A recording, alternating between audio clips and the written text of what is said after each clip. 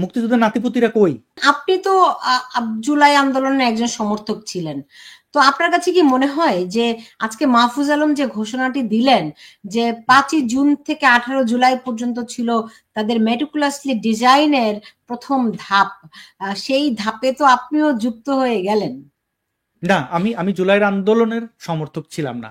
মানে যদি এক কথায় বলতে হয়, আমি কোটা সংস্কার নিয়ে যে টালবাহানা আদালত, এইটার বিরুদ্ধে ছিলাম। মুক্তিযোদ্ধাদের নাতিপুতিদের ভরণ পোষণ করতে হবে, আমি এটার বিরুদ্ধে ছিলাম। আমি মনে করি এটা আমি ঠিক ছিলাম। আপনি আপনি দেখান তো, এই শেখ হাসিনার না হলে পরাজয় হলো, কয়জন মুক্তিযোদ্ধার নাতিপুতিকে পেয়েছেন বলেন তো? আজকে মুক্তিযুদ্ধের পক্ষে কথা কে বলে? কয়জন মুক্তিযোদ্ধার নাতিপুতি কি দেশের বাইরে নেই? বুঝলাম দেশের সমস্যা, তাদের ভূমিকা কি? কেন আমাদের কি পরিবার নাই? আমাদের কি জীবন জীবন না সুলতান আপা? আমি যখন পাবলিক প্লেসে কোনো বাঙালি দেখি, আমার তারে মাপতে হয় ও কি জঙ্গি নাকি মানুষ। আমার যে মাপতে হয়, আমি কোথাও খাইতে গেলে কেউ যদি কোনো বাঙালি আমাকে খাবার সার্ভ করে, আমাকে একটু চিন্তিত থাকতে, বিষ মিশাই দিল না দিল কিনা। তো আমি এই চিন্তাটা কেন করি? কারণ আমি মুক্তিযুদ্ধের পক্ষের কথা বলি, বা আমার ধর্মীয় বিশ্বাসের চ্যাপ্টারটা বাদ দেন অন্তত পক্ষে। তো মুক্তিযুদ্ধের নাতিপুতিরা কই? আমি ওইটার বিরুদ্ধে ছিলাম, কিন্তু এক দফা কি এগুলোর কোনো কিছুর পক্ষে আমি ছিলাম না। মাহফুজ টাফুজের তো তখন ওরা তো তখন ছাত্রলীগের লুঙ্গির তলায়, ওরা তো ছাত্রলীগের লুঙ্গির তলায়। তো আমার অবস্থান সোজা, আমি এই কোটা সংস্কারের এই টালবাহানার পক্ষে ছিলাম না, এবং এই টালবাহানা করার পরে যে ছাত্ররা রাস্তায় নেমেছে তাদেরকে পিটানোর পক্ষে ছিলাম না। একইভাবে নুরুরকে যে পিটাইছে, নুরুর পিটানোর পক্ষেও ছিলাম না। তারেকরে পিটাইছে, এই দেখেন নিরাপদ সড়ক চাই আন্দোলনের সাথে যাদের পিটাইছে তাদের পক্ষেও ছিলাম না। কারণ আমি তখন মিথ্যা মামলায় অ্যারেস্ট হওয়া ডিবিতে ছিলাম। আমি দেখেছি ডিবিতে পোলাপানদের নখ তুলে দিছে, আমি নিজে দেখেছি, নিজে সাক্ষী। এটার হচ্ছে ওদের জামাত শিবির বলে তুলে দিছে। ওদের আমি আবার ঢাকা সেন্ট্রাল জেলে গিয়েও পাইছি। তো জেলে তো অফুরন্ত সময়, তাদেরকে বিভিন্নভাবে আমি টেস্ট করেছি, ওরা জামা শিবিরের লোক ছিল না। তো তাদের ওই ওই নোকগুলো তো আমার চোখের সামনে আসছে। আপনি অভিযোগ মানে একটা সন্দেহ করে নোক তুলে দিলেন, এই পোলাপানদের যে তারা না, এই সন্দেহ সৃষ্টি করেছে তো আওয়ামী লীগ। আমাকে ডিজিএফআই দিয়ে গুম করে জেলে পাঠাইয়া, আমাকে তো এই অধ্যায় আওয়ামী লীগের যে কালো অধ্যায়গুলো ছিল সেগুলো অনেকেই বিয়ে করেন। আমি এখনো মনে করি আওয়ামী লীগ মানুষকে গুম খুন করেছে, এবং এটা অন্যায় করেছে, এবং তাদের এই কাজগুলো তারা ভেবেছিল কেউ জানবে না, সবাই জেনেছে। এবং তাদের প্রতি এই অবিশ্বাস থেকে আমি কিন্তু তারা বলেছিল যে না এটা আদালতের মধ্যে হবে, আমি বিশ্বাস করি নাই। কারণ তারা মাইরে বিশ্বাসী, এই মাইকটা দিয়েছিল, এই মাইরের বিপক্ষে ছিলাম। কিন্তু যখন আবার আবু সাইদ এই যে ও যে সন্ত্রাসী ছিল, হারুন ইজারের মতো জঙ্গি, যে জঙ্গিবাদের অপরাধে দণ্ডিত এবং সে জেলে ছিল, তাকে সে রাহবার মনে করে, আদালতে প্রমাণিত রাজাকার সাইদিকে সে রাহবার মনে করে। ওর তো কেবলা আমার বুঝতে অসুবিধা নেই। আমি তো 16 তারিখ আমার সেই ভিডিও তো এখনো আছে, আমি আবু সাইদকে যে সন্ত্রাসী বলেছি, কোনো সুস্থ মানুষ এইভাবে যে দাঁড়াবে না, পুলিশ পেটাবে না, এবং তার মৃত্যুটাকে যে পুলিশের গুলিতে হয়নি, এগুলো তো আমি বলেছিলামও। তো সে মানে আমি জুলাইয়ের আন্দোলনের পক্ষে ওইভাবে ছিলাম না। আন্দোলন ছিনতাই হয়েছে, আন্দোলনের পেছনে যে যারা ছিল কলকাঠি নেড়েছে, এগুলো তো আমার পক্ষে জানা সম্ভব না। ফরাদ মজার ওই বক্তব্য তো আমরা আগেও শুনি নাই, শুনলে, এবং ফরাদ মজার যে মাহফুজের গুরু, এটা তো আমি জানি না। মাহফুজকে তো চিনিও না, সার্জিসকে তো ছাত্রলীগ, মানে তাকে তো চিনতাম না। যখন চিনতাম তখন তো ছাত্রলীগ হিসেবেই চিনতাম, চিনলেও আর কি। যখন পিনাকি তাদের ব্যাপারে বিতর্ক শুরু হলো, এরা ছাত্রলীগ, এই যে হাসনাত, এরা তো ছাত্রলীগই ছিল। ফেলিয়ার থাকলে তো এটা সবচেয়ে বড় দায়িত্ব মানে আওয়ামী লীগকেই করতে হবে। জি। এখন এখন একটা জিনিস আমার কাছে খুব ইন্টারেস্টিং লাগে। আপনি দেখুন, এই যারা জুলাইয়ের শহীদ বলা বলা হচ্ছে যাদেরকে, তাদেরকে সরকারি বিভিন্ন রকম ভাতা দেওয়া হচ্ছে, ফ্ল্যাট দেওয়া হচ্ছে। ভেরি ইন্টারেস্টিং একটা জিনিস বলে আমরা এটুকু জানি, যারা আত্মঘাতী হয়, যারা নিজের জীবন দিয়ে দেওয়ার জন্য প্রস্তুত থাকে, তাদের সঙ্গে ওই এক ধরনের চুক্তি থাকে যে তাদের পরিবারকে তারা দেখাশোনা করবে, রাইট? তো এরকম আত্মঘাতী যদি আমরা একটু এইভাবে করে চিন্তা করি, দেখুন যারা আত্মঘাতী ছিল এই আন্দোলনকে সফল করার জন্য, এবং যারা শেখ হাসিনা সরকারের পতন করে জঙ্গি উত্থানের জন্য নিজের জীবন বিসর্জন দিয়েছে, আত্মঘাতী হয়েছে, এমন মানুষদেরকে আপনি রাষ্ট্রীয়ভাবে তাদেরকে অনুদান দিচ্ছেন, পৃষ্ঠপোষকতা করছেন। আমরা কি কখনো এই দিকটা এরকম করে ভেবেছি? দেখেন, আমাদের তুলনা দিতে গেলে মুক্তিযুদ্ধ সামনে চলে আসে বারবার, কারণ এটা আমাদের গর্বের ইতিহাস, আমাদের সবচেয়ে বড় অর্জন। এই বাংলাদেশ যতদিন থাকবে এই অর্জনটা থাকবে। এইবার হচ্ছে মুক্তিযোদ্ধাদের নাতিপুতিদের কোটা দেওয়া যাবে না, এই বিতর্কটা আওয়ামী লীগ তৈরি করেছে। এটা কোনো দরকার ছিল না, কোনো প্রয়োজন ছিল না। এবং আমরা আমরা তো জানি যে কতজন জাল সনদ মুক্তিযুদ্ধের, প্রকৃত মুক্তিযোদ্ধার সনদের জন্য মুক্তিযুদ্ধে যান নাই। এবং জাহানারা ইমামকে রাস্তায় নামতে হয়েছিল, সেই রাস্তায় জাহানারা ইমামের সাথে শেখ হাসিনাও দাঁড়িয়েছিলেন। সেই শেখ হাসিনা ক্ষমতা আসার পরে আমাদের মতো নবীনদেরকে রাস্তায় নামতে হয়েছিল রাজাকারদের ফাঁসি দেওয়ার জন্য, সর্বোচ্চ শাস্তির জন্য। কেন আমাদেরকে নামতে হবে?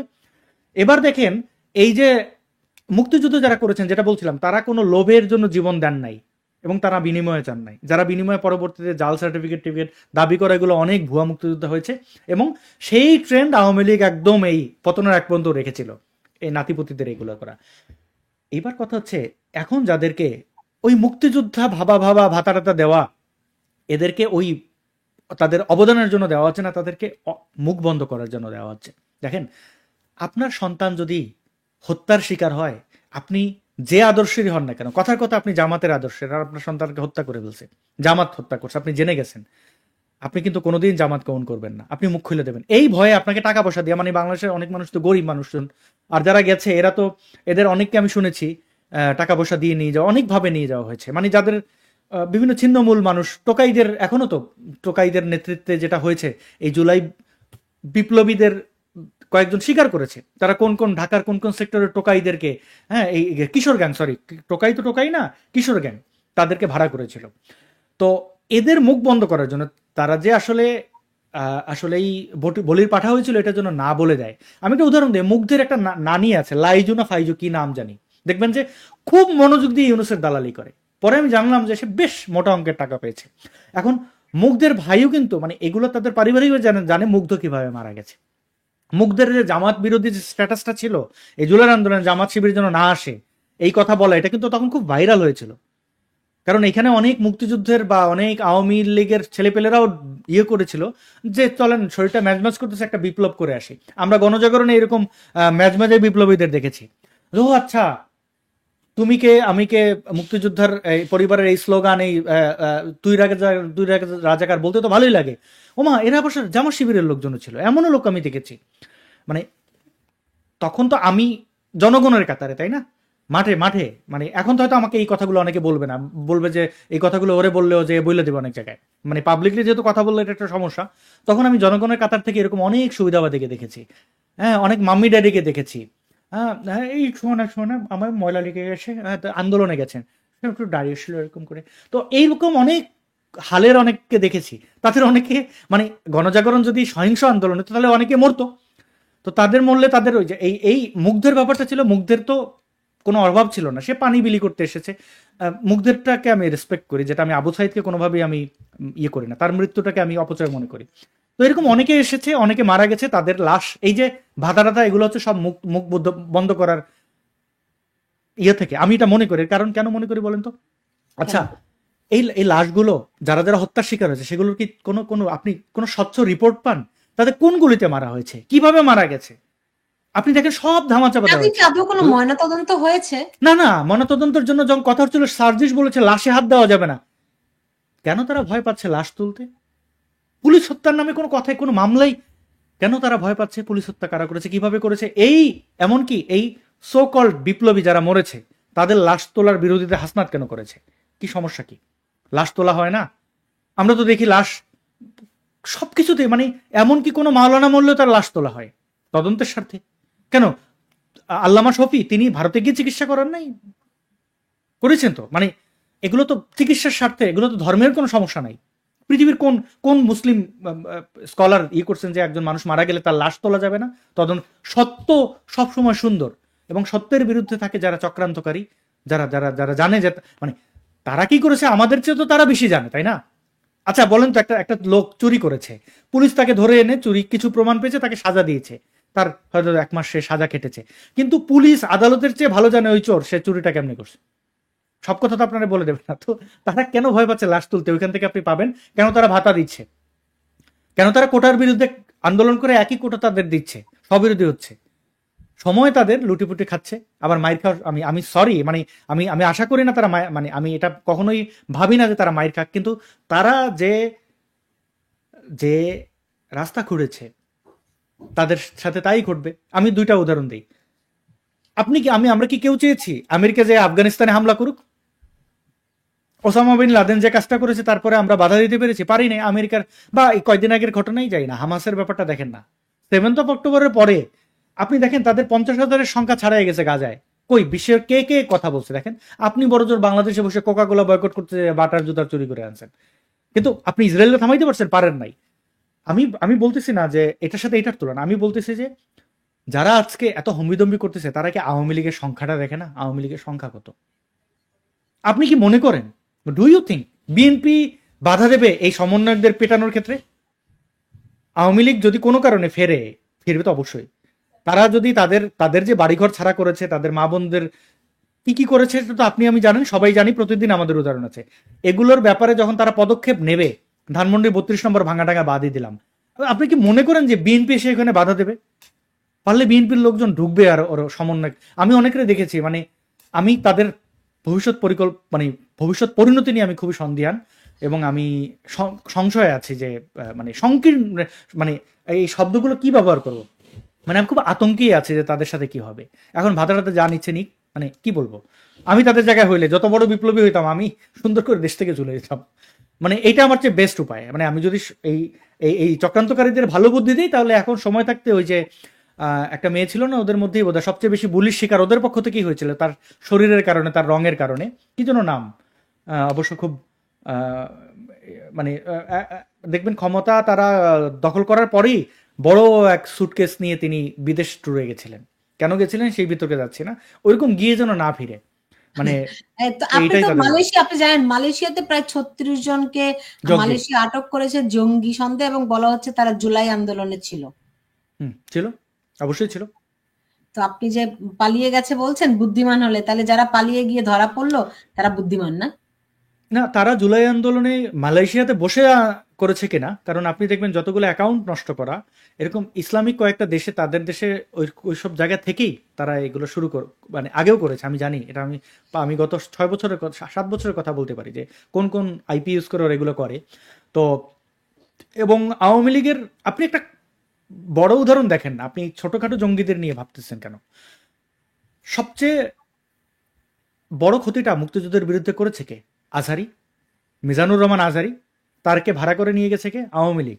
তাকে সুন্দর করে যখন তার টাকা পাচারের ঘটনাটা সামনে এসেছে, জঙ্গিবাদের সাথে তার সংশ্লিষ্টতা এবং জামাতের অর্থায়নে যে সে আজারি হয়েছে, যেটা যখন আওয়ামী লীগ শেষে এসে বুঝেছে, তাকে কোথায় যেতে দিয়েছিল? মালয়েশিয়াতে, এয়ারপোর্ট দিয়ে যেতে দেয়নি আজহারিকে।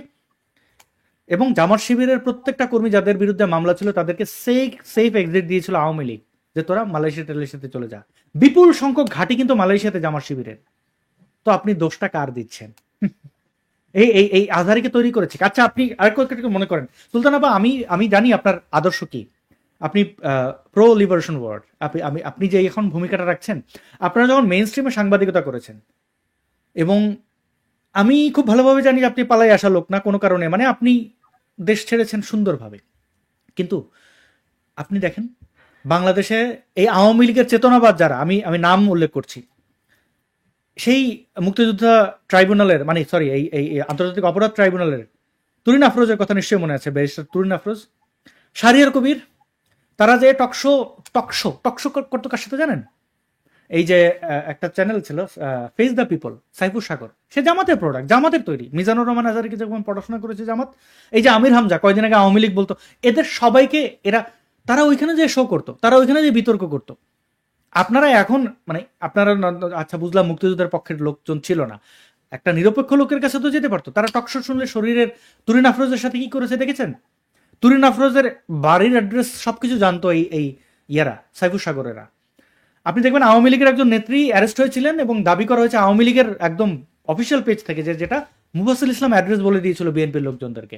কারণ শোয়ে যাওয়ার আগে ওই ফোন নাম্বার অনেক কিছু তো অনেক লেনা দেনা হয়, তাই না? তো অনেকে বোঝেন, আপনি যদি আমাকে সুলতান আপা বলেন যে হোয়াটসঅ্যাপ নাম্বারটা দেন, আমি তো দেবই।